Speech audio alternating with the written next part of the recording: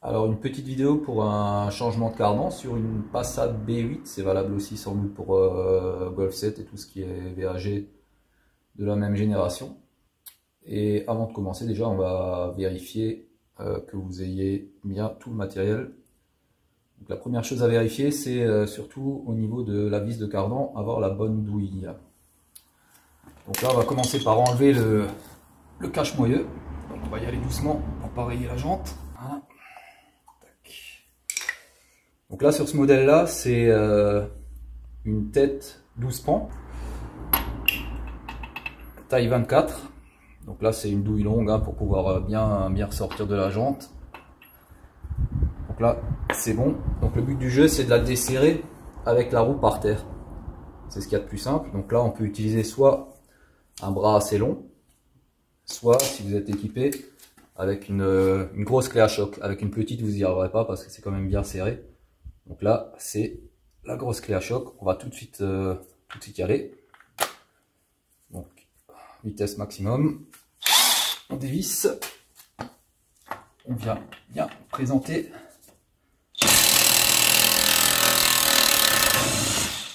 Voilà. Et donc, ça vient sans trop de problème. Mais comme dit, il faudra une grosse clé à choc assez performante. Donc, voilà. C'est du 12 pans. Taille 24 sur ce modèle là, sur la plupart des Golf 7 et tout ce qui est de la même plateforme. Donc là on va simplement légèrement desserrer les vis tant qu'on a la roue par terre hein. Et après on va lever la voiture et enlever la roue. On va pas filmer cette partie là parce que c'est quelque chose que vous maîtrisez. Voilà, donc la voiture est levée, la roue est enlevée, donc à la limite vous pouvez légèrement braquer à gauche pour vous faire un petit peu plus de place. Le but du jeu, donc sur la boîte, il y a une fixation par 6 vis qui font le tour du flasque. Donc le but du jeu, c'est d'arriver à les chercher. Donc là, vous soit avec une allonge et le cliquet, vous vous retrouvez dans le passage de roue, vous y arrivez plus ou moins bien. Soit vous mettez une deuxième allonge pour être en dehors du passage de roue. Là, ça ira sans problème.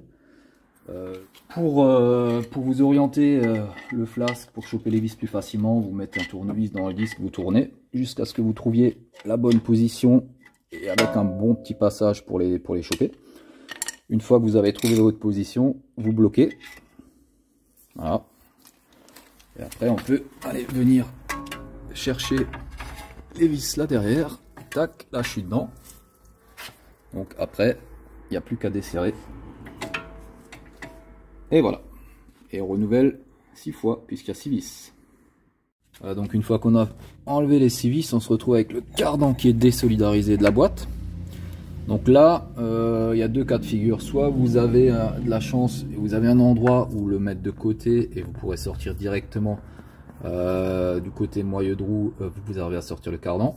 Soit vous êtes obligé de défaire la rotule de suspension. Donc là en dessous, il y a 3 vis. Je vais essayer de vous les filmer, je suis pas sûr d'y arriver.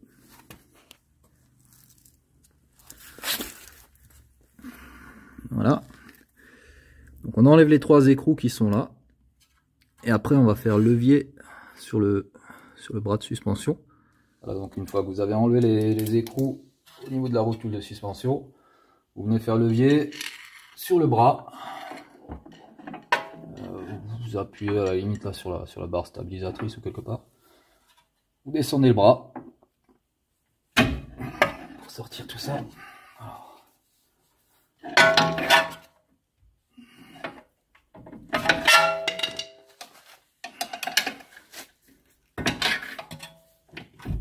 Voilà. Donc là c'est désaccouplé. Vous pouvez tirer.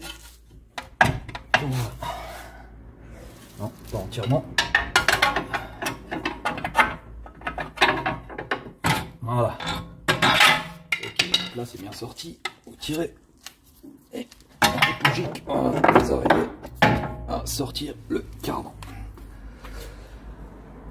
Fin de la première étape.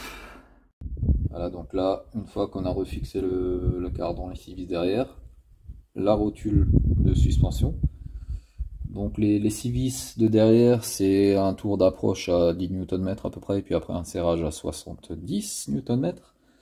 Les les écrous de la rotule de suspension, c'est 40 Nm, premier coup, et puis après un serrage angulaire supplémentaire de 45 degrés.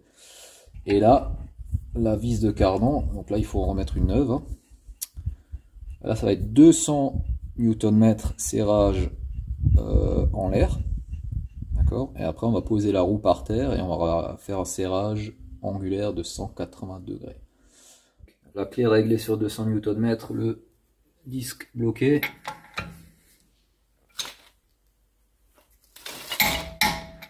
Donc c'est déjà assez costaud. Donc on va remettre la roue, descendre la voiture et on se retrouve pour le serrage angulaire. Voilà, donc là serrage angulaire 180 degrés. Là par contre ça va être un peu chaud. Bon, de toute façon il faut une douille longue pour y arriver. À 180 degrés en une fois, j'y arriverai pas, ça c'est sûr. Donc je me repère par rapport au rayon de la jante. Hein, donc là, pour faire 180 degrés, j'ai 1, 2, 3, 4, 5 rayons. Donc je vais faire, en gros, je vais me repérer par rapport au rayon. Donc, je vais prendre celui-là.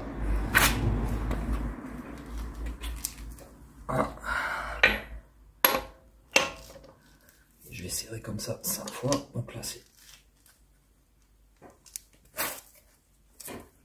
2,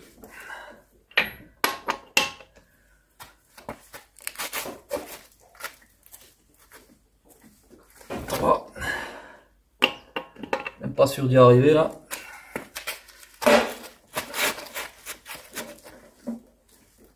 4, on va dire que c'est bon, hein. La 5e. Allez, c'est vendu, 5. Voilà. Donc, dernière opération. Voilà, c'est fini.